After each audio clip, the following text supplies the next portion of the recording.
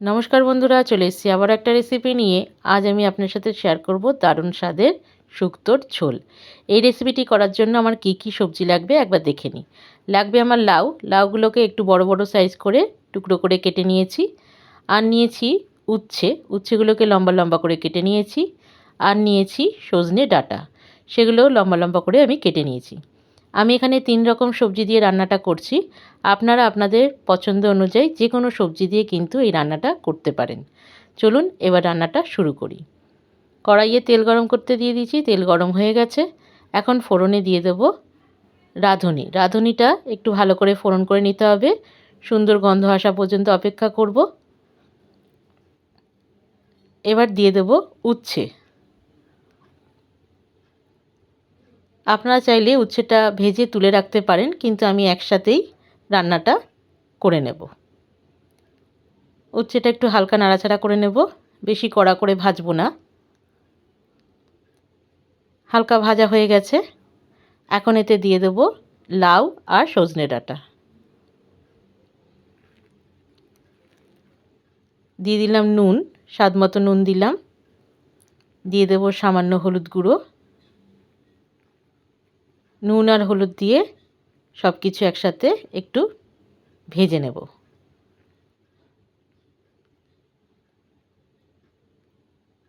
হালকা নাড়াচাড়া করে নিচ্ছি। এখন এতে দিয়ে দেব 1 চামচ মতো জিরের গুঁড়ো।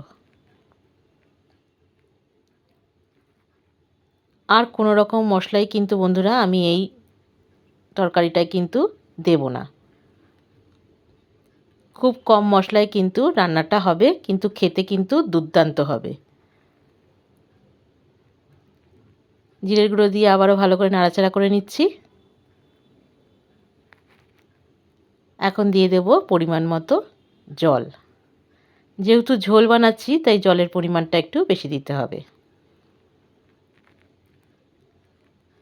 ব্যাস, এবার ঢাকা দিয়ে সব কিছু সিদ্ধ হওয়া পর্যন্ত আমি অপেক্ষা করব। ঢাকা দিয়ে দিচ্ছি। এটা অন্তত 20 মিনিট আমি সেদ্ধ করে নিয়েছি। দেখুন ঝোলটা অনেকটা কমেও গেছে আর সব কিছু সেদ্ধও হয়ে গেছে।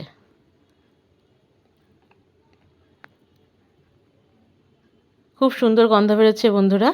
এখন ঝোলটাকে একটু ঘন করার জন্য আমি অল্প একটু চালের গুঁড়ো নিয়েছি, তাতে আমি জল দিয়ে গুলিয়ে নিচ্ছি।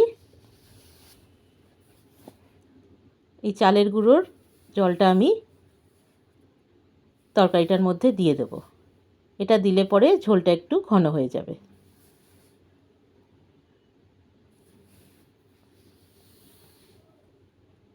আবারও ভালো করে নাড়াচাড়া করে নিচ্ছি।